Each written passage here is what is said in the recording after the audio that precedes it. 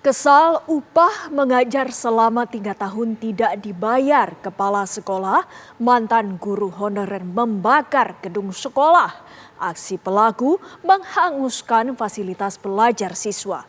Polisi pun memutuskan membebaskan pelaku dan honor mengajarnya selama 3 tahun akhirnya dibayarkan.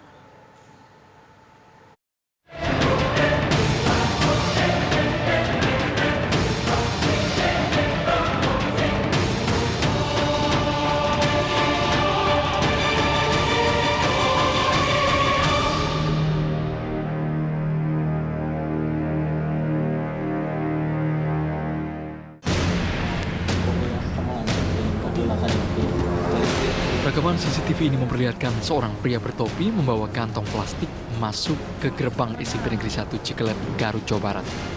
Pria ini diduga masuk ke sekolah untuk melakukan aksi pembakaran beberapa ruang kelas di sekolah itu. Terbakarnya beberapa ruang kelas dan ruang guru di SMP Negeri 1 Cikelet itu terjadi pada 14 Januari lalu. Kobaran api menghanguskan sejumlah dokumen penting, termasuk alat belajar dan perabotan di ruangan kelas. Pihak kepolisian setempat pun melakukan penyelidikan perihal penyebab kebakaran gedung sekolah. 1 pekan pasca kejadian, Satreskrim Polres Garut berhasil menangkap pelaku pembakaran gedung SMP Negeri 1 Cikelet, Garut, Jawa Barat. Pelaku yang diketahui berinisial Munir Alamsyah itu adalah mantan guru honorer di sekolah tersebut pada tahun 1996 hingga tahun 1998. Kepada polisi, pelaku mengaku nekat melakukan aksi pembakaran karena kesal.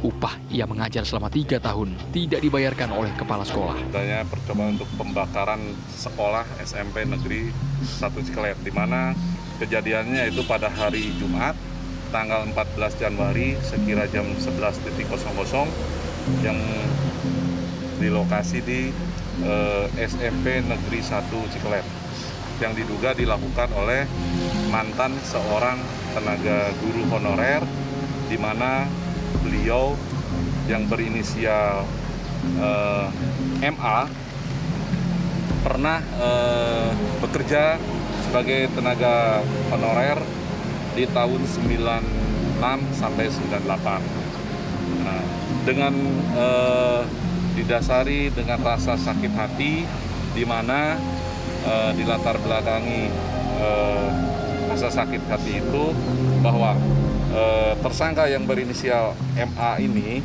gitu kan pernah tidak diberikan haknya sebagai tenaga honorer di periode 96 sampai 98 di SMA 1 Negeri Cikelet itu, di mana pihak Bapak Kepala Sekolah dia itu ada hak sebagai tenaga honorer sebesar 6 juta tidak diberikan kepada tenaga honorer yang menjadi tersangka MA. Pelaku tersulut emosi karena membutuhkan uang untuk menikah. Selain itu, pelaku juga sudah beberapa kali menagih kepada kepala sekolah yang menjabat, namun tidak kunjung membuahkan hasil. MA pernah mengklarifikasi kepada pihak sekolah, namun demikian tidak pernah ada realisasinya, dengan tujuan mempertanyakan apa yang menjadi hak-haknya dia semasa masih menjadi tenaga honorer, dengan maksud untuk berniat untuk dipakai untuk biaya menikah. Namun sampai saat ini tidak ada realisasinya. Akibat perbuatannya, Munir terancam dijerat pasal pengerusakan fasilitas negara secara sengaja dengan ancaman kurungan penjara 12 tahun. Sementara psikolog Universitas Indonesia Maria Ulfa melihat motif pelaku bukan hanya karena emosi sesaat, tapi juga karena hal yang lebih mendasar, yakni untuk memenuhi kebutuhan ekonomi pelaku. Jadi ada berbagai macam faktor yang melatar belakangi si guru ini ya. Yang pertama, mungkin karena sakit hati, karena sudah puluhan tahun juga kan. Yang kedua, karena beliau juga saat ini secara ekonomi kurang terpenuhi untuk kebutuhan-kebutuhannya.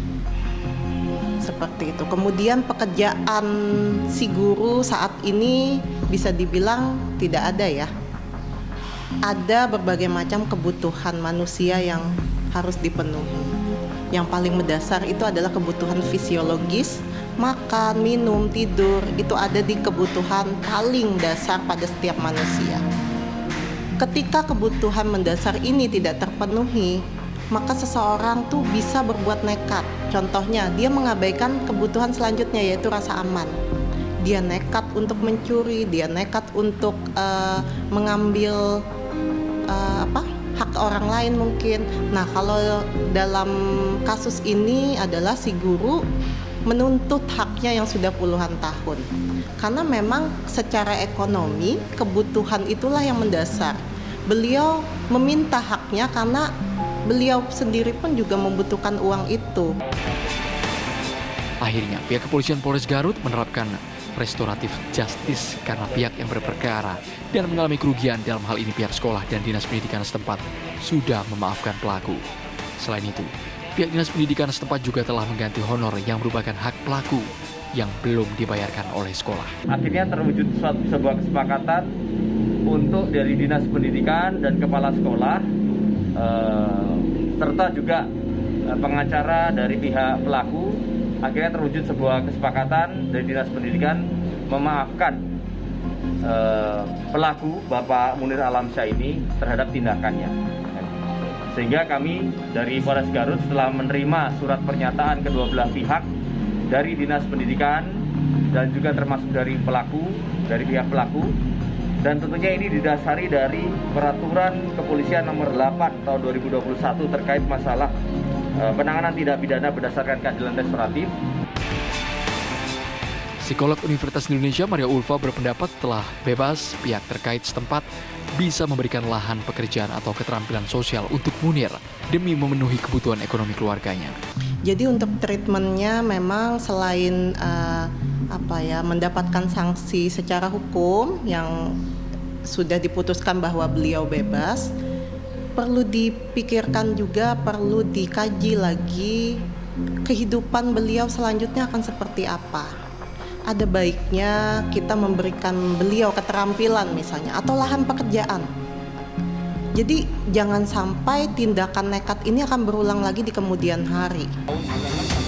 Ya, kini Munir Alamsyah, mantan guru honorer asal Ciklet, Garut, Jawa Barat, yang melakukan pembakaran kelas di sebuah sekolah, akhirnya melakukan sujud syukur karena bisa menghirup udara bebas pasca dirinya mendapat restoratif justice atau penyelesaian yang adil usai mendapat persetujuan dari berbagai pihak.